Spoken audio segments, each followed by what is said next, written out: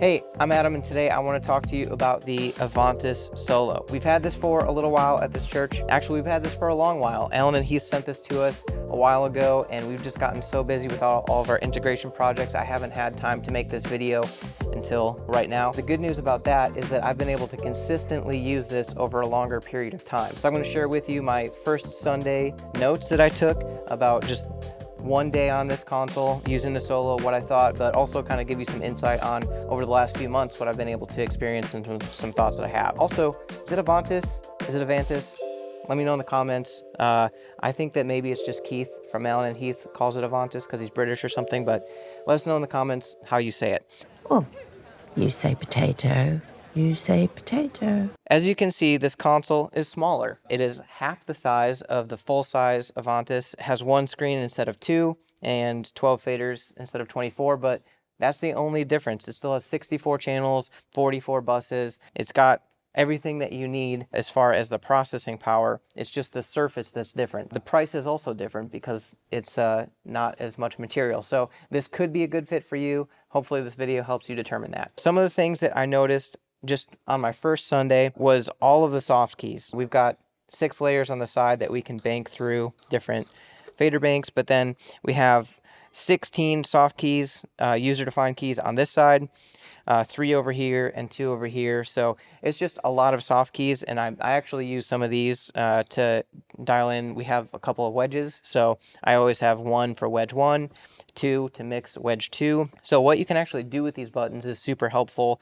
and probably help you navigate the fact that you only have 12 faders. The touchscreen, I was coming from an SQ5, so it's probably like 8 times the size of what was on an SQ console. I'm just a really big fan of the physical layout of this console. And like I said, we switched from an SQ5, so going from that console to this console was really easy. Had to move some of the physical I/O that we had, some microphones here, so those are in the back now because there isn't as much local I/O on the back. But other than that, it was really just a swap. Both have Dante cards in them. We were able to use the MiU hub for the personal monitor system. We're able to use the same cable and protocol to get to our stage boxes backstage. So swapping from the SQ to this was a pretty easy switch. And then also just functionality, like using it, going through the menu system, it felt pretty familiar. More robust, more professional, better graphics, I guess. But as far as like the layout of how the console, you navigate it, that felt like a pretty easy switch from the SQ series to this series. Also, there's an encoder above every fader.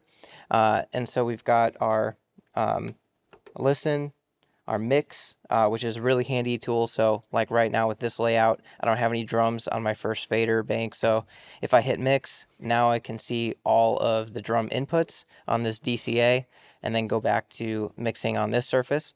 So that's a really handy button. And then we've got our mute for whatever type of channel or group that you have. And then we have an encoder, and this encoder can be either gain, pan, or sends. So being able to flip through my layers when I'm doing a sound check and have this on gain and make gain adjustments is really awesome, instead of having to pop up to the preamp and then use this encoder. I just like that workflow, and also being able to use it for pans. So being able to flip between those two is super handy. Something else I really like on this is the fact that you have a separate filter section. So here we've got our bass channel selected. So I've got a low cut and a high cut filter that I can put, and it's separate from the PEQ. With our routing, we've got a lot of flexibility. We can send channels directly to matrices. So in this case, the way that I'm mixing, I've got my record mix, which is also the broadcast out. I can send individual channels to the broadcast mix. I can send effects returns directly to the broadcast matrix, our groups directly to matrices. So the fact that I can send all of these things, channels, effects returns, groups, auxes, directly to a matrix, makes it to have a really great workflow for putting together a broadcast mix off this console. Similar to the SQ series, this also has ganging, so we can put certain channels together. So a really handy tool for this, like I have my overhead, hat, and ride as separate inputs, so I can process them differently if I want to, but most of the time I want to process them the same. That would go the same for room microphones. And a quick tip is if you have a pastor microphone that you have to really cut up with the EQ to make it sound good in the room or acceptable in the room or just not even feedback in the room, you can have a duplicate input and then you can use that to go straight to your broadcast. So just a cool feature there. I like that. One thing I noticed with a lot of these inputs is that I have to use the pad for a lot of them.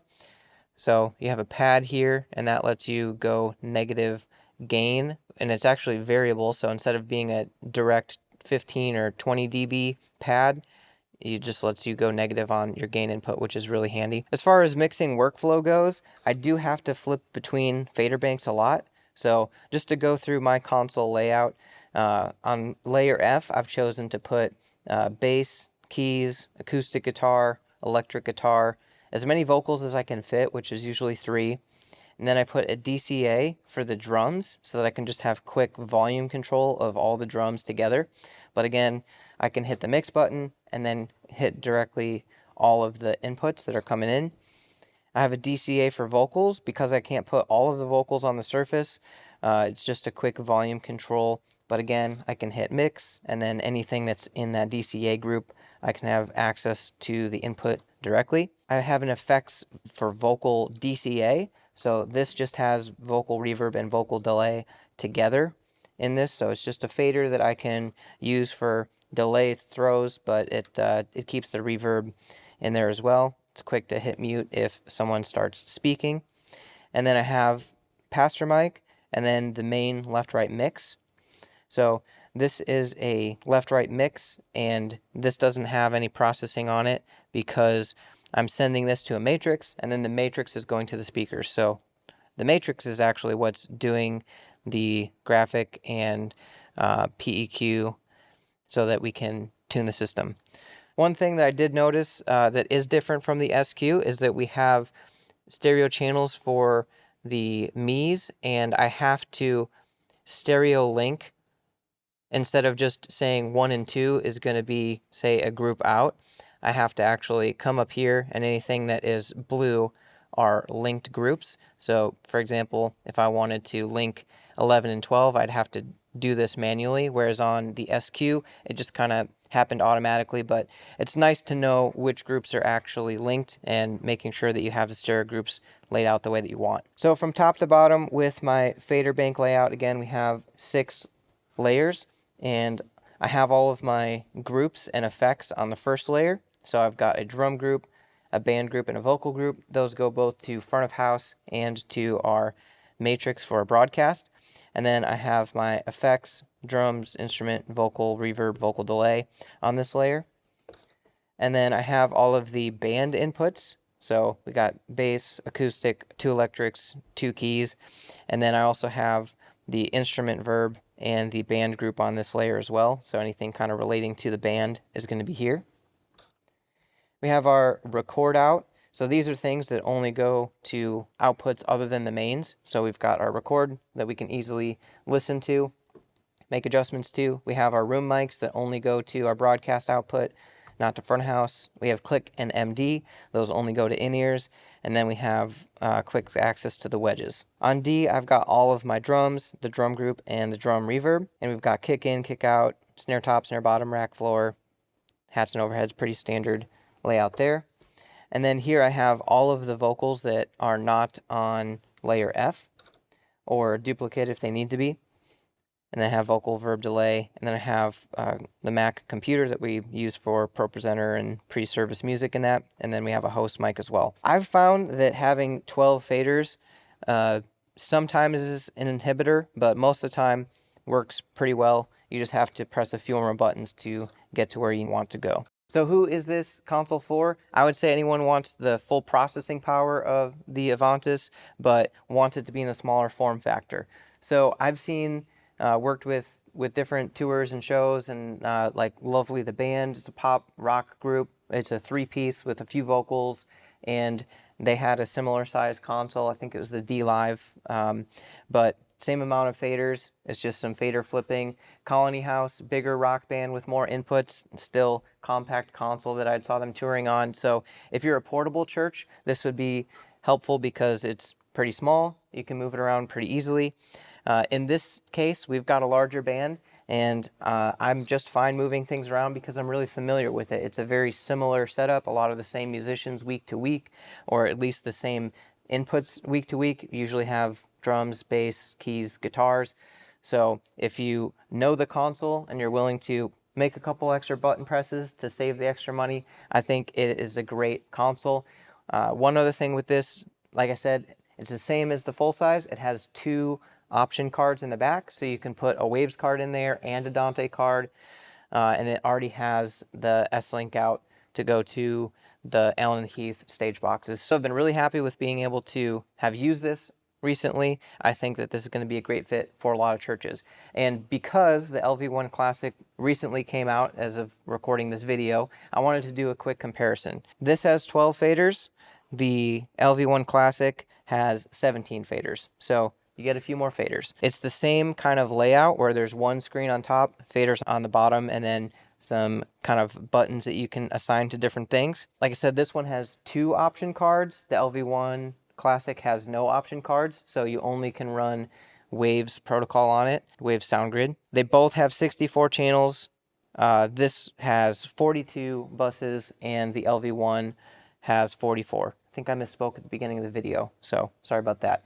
42 buses on this console, 44 on the LV1, and again, no option cards. So if you get the Deep Pack, which is the extra processing plugins, which I definitely recommend, some really powerful tools in there, this is going to be retail $11,000, and the Waves LV1 Classic is coming in at $8,000. So if you're already in an Allen and Heath ecosystem and you're upgrading from SQ, it's going to be a great replacement for that. If you're starting from scratch, you might want to consider the workflow differences between the LV1 Classic and the Allen and Heath. As far as the build quality of this, the processing power of it, sonically, I'm super happy with it, and I would definitely recommend it. I hope that this video was helpful for you if you've been looking at this console, wanting to learn more about it or hear someone's experience about it.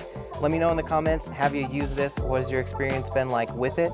And also, if you're interested in getting one of these consoles, you can contact us and we can help you make sure that it's the right fit, and then make sure that you get a good deal on it and that it gets integrated into your system well. You can go to churchfront.com to contact us. I hope that this was helpful. See you next time.